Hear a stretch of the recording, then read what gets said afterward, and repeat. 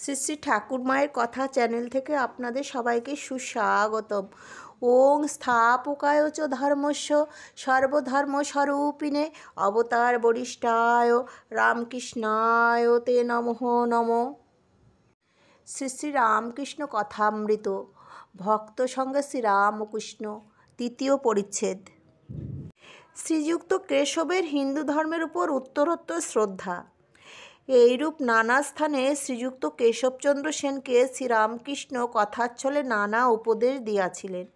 বেলঘরের বাগানে প্রথম দর্শনের পর কেশব 28 মার্চ 1875 রবিবার মীরার সংবাদপত্রে লিখিয়াছিলেন, আমরা অল্পদিন হইল দক্ষিণেশ্বরের পরমহংস রামকৃষ্ণকে বেলঘরের বাগানে দর্শন করিয়াছি। তাহার গভীরতা, অন্তর্দৃষ্টি, বালক স্বভাব দেখিয়া আমরা মুগ্ধ হইয়াছি। তিনি শান্ত স্বভাব, কোমল প্রকৃতি, আর দেখিলে বোধ হয় সর্বদা যোগেতে আছেন। এখন আমাদের বোধ হইতেছে যে হিন্দু ধর্মের গভীরতম প্রদেশ অনুসন্ধান করিলে কত সৌন্দর্য, সত্য ও সাধুতা দেখিতে পাওয়া যায়। তা না হইলে পরমহংসের ন্যায় ঈশ্বরীয়ভাবে ভাবিত যোগী পুরুষ কীরূপে দেখা যাইতেছে। 1876 জানুয়ারি আবার মাঘোৎসব আসিল। তিনি টাউন হলে বক্তৃতা দিলেন। বিষয় ব্রাহ্মধর্ম ও আমরা কি শিখিয়াছি। তাহাতেও হিন্দু ধর্মের সৌন্দর্যের কথা অনেক বলিয়াছিলেন।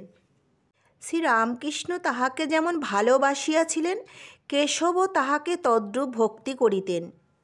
প্রায় প্রতি বৎসর ব্রাহ্মোৎসবের সময় ও অন্যান্য সময়ও কেশব দক্ষিণেশ্বরে যাইতেন ও তাহাকে কমল কুটিরে লইয়া আসিতেন। কখনো কখনো একাকী কমল কুটিরের দ্বিতলস্থ উপাসনাকক্ষে পরম অন্তরঙ্গ জ্ঞানে ভক্তি ভরে লইয়া যাইতেন এবং একান্তে ঈশ্বরের পূজা ও আনন্দ করিতেন।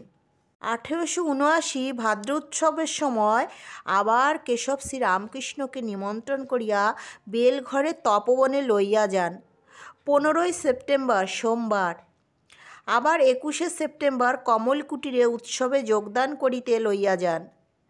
এই সময় শ্রীরামকৃষ্ণ সমাধিস্থ হইলে ব্রাহ্ম ভক্ত সঙ্গে তাহার ফটো লওয়া হয়। ঠাকুর দণ্ডায়মান, সমাধিস্থ, হৃদয় ধরিয়া আছেন। 22 অক্টোবর মহাষ্টমী, নবমীর দিন কেশব দক্ষিণেশ্বরে গিয়া তাহাকে দর্শন করিলেন।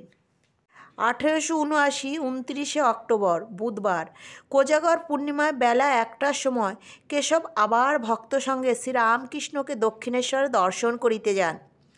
স্টিমারের সঙ্গে 1খানি বাজরা, 6খানি নৌকা, 2খানি ডিঙি, প্রায় 80 জন ভক্ত। সঙ্গে পতাকা, পুষ্পপল্লব, খোল, করতাল, ভেরি। হৃদয় অভ্যর্থনা করিয়া কেশবকে স্টিমার হইতে আনেন। গান গাইতে গাইতে সুরধ্বনির তীরে হরি বলকে, বুঝি প্রেমদাতা নিতাই এসেছে। ব্রাহ্ম ভক্তগণ পঞ্চবটী হইতে কীর্তন করিতে করিতে তাহার সঙ্গে আসিতে লাগিলেন।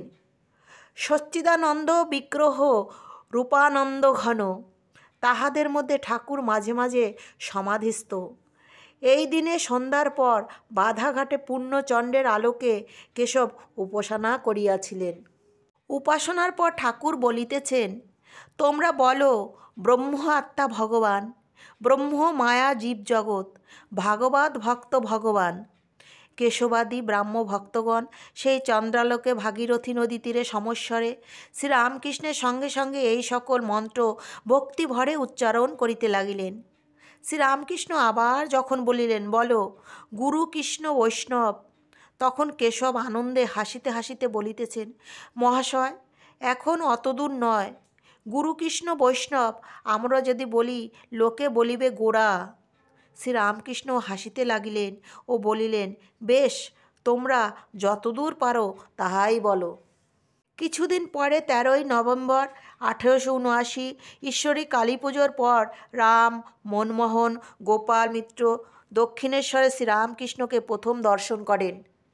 1880 খ্রিস্টাব্দে একদিন গ্রীষ্মকালে রাম ও মনমোহন কমলকুটির কেশবের সহিত দেখা করিতে আসিয়াছেন। তাহাদের ভারী জানিতে ইচ্ছা কেশববাবু ঠাকুরকে কিরূপ মনে করেন। তাহারা বলিয়াছেন। কেশববাবুকে জিজ্ঞাসা করাতে বলিলেন, দক্ষিণেশ্বরের পরমহংস সামান্য নহেন। এক্ষণে পৃথিবীর মধ্যে এত বড় লোক কেহ নাই। ইনি এত সুন্দর, এত অসাধারণ ব্যক্তি, ইহাকে অতি সাবধানে সন্তর্পণে রাখতে হয়। অযত্ন করলে এর দেহ থাকবে না। যেমন সুন্দর মূল্যবান জিনিস গ্লাস কেসে রাখতে হয়। ইহার কিছুদিন পরে 1881 মাঘোৎসবের সময় জানুয়ারি মাসে কেশব শ্রীরামকৃষ্ণকে দর্শন করিতে দক্ষিণেশ্বরে যান। তখন রাম, মনমোহন, জয়গোপাল সেন প্রভৃতি অনেকে উপস্থিত ছিলেন। শুক্রবার 15 জুলাই 1881 কেশব আবার শ্রীরামকৃষ্ণকে দক্ষিণেশ্বরে স্টিমারে তুলিয়া লন।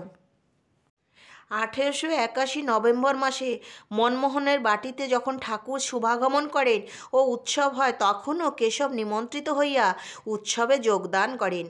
শ্রীযুক্ত তৈলক্য প্রভৃতি গান করিয়াছিলেন। 1881 ডিসেম্বর মাসে রাজেন্দ্র মিত্রের বাটিতে শ্রীরামকৃষ্ণ নিমন্ত্রিত হইয়া যান। শ্রীযুক্ত কেশবও গিয়াছিলেন। বাটিটি ঠনঠনে বেচু চাটুর্য স্ট্রিটে। রাজেন্দ্র রাম ও মনমোহনের মেসোমশাই। রাম, মনমোহন, ব্রাহ্মভক্ত রাজমোহন রাজেন্দ্র কেশবকেও সংবাদ দেন ও নিমন্ত্রণ করেন। কেশবকে যখন সংবাদ দেওয়া হয়, তখন তিনি ভাই অঘোরনাথের শোকে অশৌচ গ্রহণ করিয়াছিলেন। প্রচারক ভাই অঘোর 24 অগ্রহায়ণ 8 ডিসেম্বর বৃহস্পতিবারে লক্ষ্ণৌনগরে দেহত্যাগ করেন। সকলে মনে করিলেন কেশব বুঝি আসিতে পারিবেন না। কেশব সংবাদ পাইয়া বলিলেন, সে কি, পরমহংস মহাশয় আসিবেন আর আমি যাইব না? অবশ্য যাইব। অসুস্থায় আমি আলাদা জায়গায় খাব। মনমোহনের মাতা ঠাকুরানী পরম ভক্তিমতী ঈশ্বরী শ্যামাসুন্দরী দেবী ঠাকুরকে পরিবেশন করিয়াছিলেন। রাম খাবার সময় দাঁড়াইয়াছিলেন। যেদিন রাজেন্দ্রর বাটিতে শ্রীরামকৃষ্ণ শুভাগমন করেন, সেই দিন অপরাহ্নে সুরেন্দ্র তাহাকে লইয়া চীনা বাজারে তাহার ফটোগ্রাফ লইয়াছিলেন। ঠাকুর দণ্ডায়মান সমাধিস্থ। উৎসবের দিবসে মহেন্দ্র গোস্বামী ভাগবত পাঠ করিয়াছিলেন।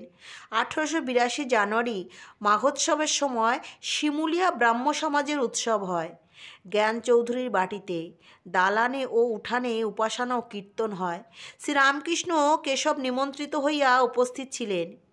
এই স্থানে নরেন্দ্রের গান ঠাকুর প্রথমে শোনেন ও তাহাকে দক্ষিণেশ্বরে যাইতে বলেন। 1882 খ্রিস্টাব্দে 23 ফেব্রুয়ারি 12 ফাল্গুন বৃহস্পতিবার কেশব শ্রীরামকৃষ্ণকে দক্ষিণেশ্বরে ভক্ত সঙ্গে আবার দর্শন করিতে আসেন। সঙ্গে জোসেফ কুক, আমেরিকান পাদ্রী মিস পিগট, ব্রাহ্ম ভক্তগণ সহ কেশব ঠাকুরকে স্টিমারে তুলিয়া লইলেন। কুক সাহেব শ্রীরামকৃষ্ণের সমাধি অবস্থা দেখিলেন। শ্রীযুক্ত নগেন্দ্র এই জাহাজে উপস্থিত ছিলেন। তাহার মুখে সমস্ত শুনিয়া মাস্টার 10-15 দিনের মধ্যেই দক্ষিণেশ্বরে শ্রীরামকৃষ্ণকে প্রথম দর্শন করেন। আজকের মতো এটুকুই। শ্রী শ্রী রামকৃষ্ণ কথামৃত নিয়ে আপনাদের সম্মুখে হাজির হব আবার পরবর্তী প্রচ্ছদে। জয় ঠাকুর, জয় মা, জয় স্বামীজি মহারাজ।